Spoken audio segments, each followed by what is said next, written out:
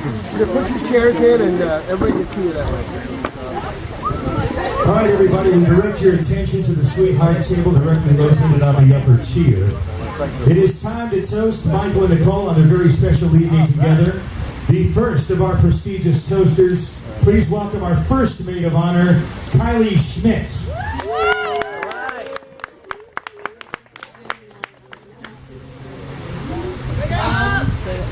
All right. I first met Michael 4 years ago. After meeting him, people asked me, what do you think of Michael? I didn't know what to say, mostly because I've been paying attention to his puppies around.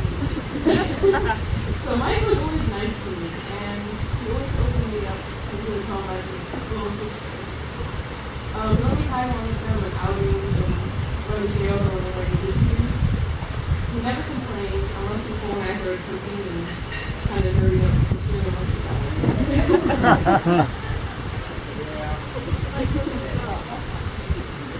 Okay, sorry. Okay.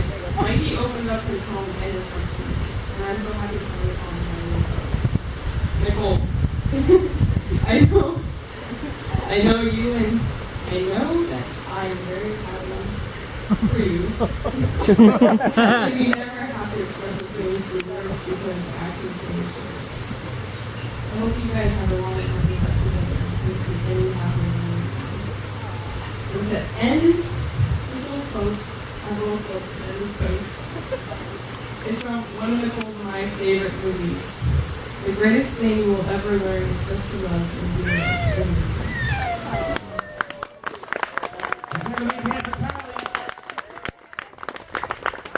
The next of our prestigious toasters, please give a very warm round of applause for the second maid of honor, Ashley Summerlook.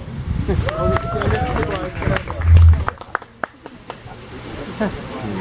write anything, I just thought I'd read it. I'm writing it now. So, Mike, I met you, I met you about 5 years ago through Andrew's best friend, and I loved you from the start. I really did. You were so genuine, so sweet, and I thought that you were the perfect match for my best friend later. And I introduced you guys, and I thought you guys would be a perfect match. And later, you've been my best friend since first grade. I love you. That we've had our ups and downs, and oh man, we've been through some ups and downs. I've always told you I have your back, and now I need to have your back. And I couldn't be happy for you because I see this world on your face, and you look so gorgeous. I love you guys, and I hope that it's just not a happy time. I love you so much. Big hand for Ashley. We now turn the microphone over to our best man. Would you please welcome Tony Herrera?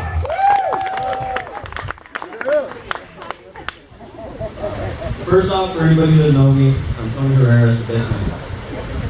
I'd like to thank everyone for coming this evening to celebrate Mike and Nichole's special day. I've known Mike for over 20 years now, from second grade, from shooting spitwads at the TV to explosions in the classroom.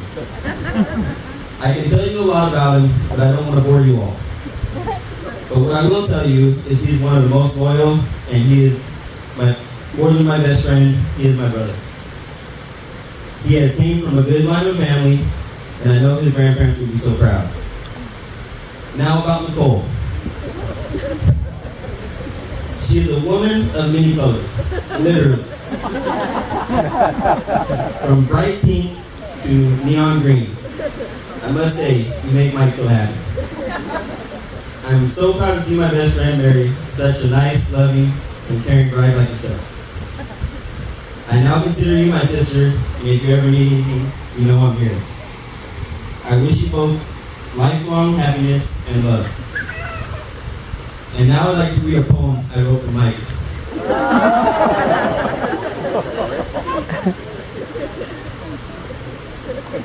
The perfect groom is gentle, never harsh, cruel, or mean. Has a beautiful smile and keeps his face so clean. A perfect groom loves children and will raise them by your side. He will be a good father and husband to his bride. A perfect groom loves cooking, cleaning, and laundry too. Will do anything in his power to show his love for you. A perfect groom is sweet, writing poetry from your name. Is a best friend to your mother and kisses away the pain. Never make you cry or hurt you in any way. And if this poem seems to be true, then Mike, you really gay.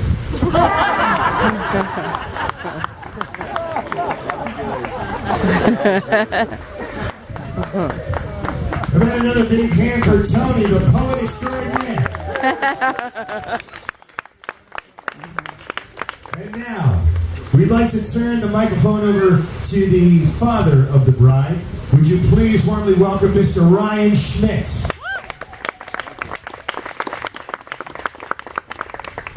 All right. Hopefully we can get through this thing. Didn't get through it too well in the hotel room, so cut to the joke at the end. You'll know what happened. Okay. But the bride and groom, you only experience phenomenal days a handful of times in your life, and today's one of those phenomenal days. Yeah. That's the joke. See, I experienced a phenomenal day. A day that changed my life. A day that gave purpose to me. And that day was May 8th, 1988. Joke time.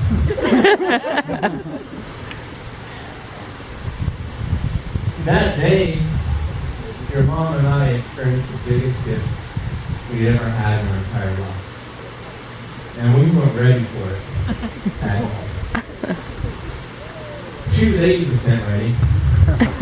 I was naked 72.8% ready, I think. But what we saw that day, and what we held in our arms that day, the love, it was overwhelming. And as we saw you grow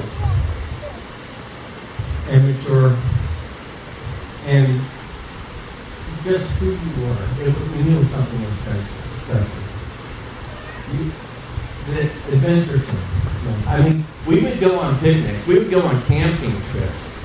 And all the other girls were hanging out, playing Ring Around the Rosie and playing with their dolls. And where was Nichole? She was climbing through the woods. She was climbing over the creek. She was looking for a snake, a lizard. She wasn't happy with Barbie. And as time went on, we saw that enthusiasm for life. We saw the adventuresome spirit grow. And we tried to feed that. So much so I talked your mom into getting a fat-tailed gecko. Because you wanted a snake. We bartered. It took a few months. But finally she said, okay, this thing doesn't move very fast. It's not going to get out of the cage. We're good to go. So we got our fat-tailed gecko. That's a slippery slope. A few years later, we ended up with a couple snakes, a couple lizards, I don't know. But the really cool thing about it is whenever they got out, we knew exactly where we could find them. In Stephanie's shoe and her closet. So we didn't have to look very far. Like, if they got out, gosh, what do we do? Go to Stephanie's closet. That's pretty much where we found it. The tarantula and goose. Okay, she made me go there. So I'm going to tell you a little story about the tarantula and goose. We were out in a rainforest in the middle. See, the thing is her enthusiasm. And most of these ideas were her mom's idea on her trips into Belize and scuba diving and motorcycle riding and mixed martial arts. They were all pretty much her mom's idea. I just went along for it. Again, we're in Belize. We're in a rainforest. And again, the only place that a tarantula goes is in But see, he saw this enthusiasm and he got trying to feed it. I taught her how to scuba dive, and I'm telling you guys, I'm a pretty good scuba diver. I've traveled all over the world. I've scuba dove with a lot of great people. And there's not many people that can outdo Nichole scuba diving. She's willing to jump off of any kind of a boat. She's willing to go down at midnight, 2 o'clock in the morning. She's okay with tarantulas, or not tarantulas, we're talking octopus. Tarantulas are on the top, octopus is beneath. Okay? She's okay with catching sharks with me. We turn them upside down and play around with them. She's awesome on a motorcycle. Okay? Again, her mom's idea. We had incredible times dirt biking. There was one time we were at a wedding down in Southern California. I think it was a cousin or some sort of relative of mine. We drove all the way down to actually Big Bear, California. Had a wedding with the two of us. On the way back, this is tells you who Nichole is. On the way back, we're riding. And it's 11 o'clock at night. We pull over to get gas. And I say, here's the thing, bullet. There's a hotel right over there. But I don't know at the next stop if there's going to be a hotel open or not. So here's the thing. We know this is a safe bet. This hotel right here is open. We can get a room here. Or we can press on about 134 miles, and that's stretching it on that particular bike. But we don't know if we can get a room. I said, so what do you want to do? And she said, Pop, let's move on. See, she has an adventuresome spirit. She embraces life. She doesn't know what's ahead of her, but she's willing to go. And today's a phenomenal day. Because she met this guy. This guy that has the same adventuresome spirit. The guy that takes her snowmobiling, motorcycle riding, and does all this stuff with her. This guy's name is Michael Diaz. I don't know, how many of you know? Have you heard his name? Okay, alright. It's this guy right here. And in my opinion, he hasn't been introduced properly yet today. So I'm going to introduce you today. This is Michael Diaz. He is my son-in-law.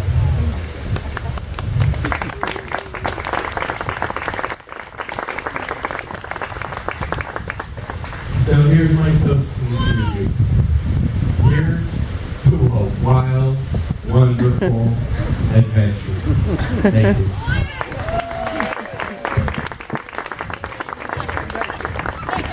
Last but certainly not least on this agenda of toasters, would you please warmly welcome the father of the groom, Mr. Stephen Diaz. You know, I'm still trying to talk him up. We're talking about the good things.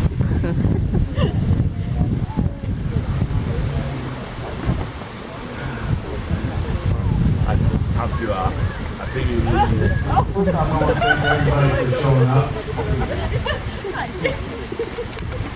When I first met Nichole, Michael brought her home and I was just like, God, girl, you gotta get something to eat. She eats. I didn't think she did. Actually, she eats. I'll make it short. So that's so you two are so meant for each other. Ryan, you're right on that. If they really compliment each other's lives. Chris and I really feel blessed to have Nichole. Sorry, I have a daughter named Nichole, so I gotta call her Nichole. I also wanted to say that because we wanted to invite so many more people. There's so many more people that are involved in your life. But I can't invite the whole world. The reason you were all invited is because I figured you had the most money to help me pay for it. Anyway, it's a wonderful, wonderful long life. I know you made a great choice. I can tell when you guys first met, when you started getting serious, it's been built a long time. I have no doubt. I love you.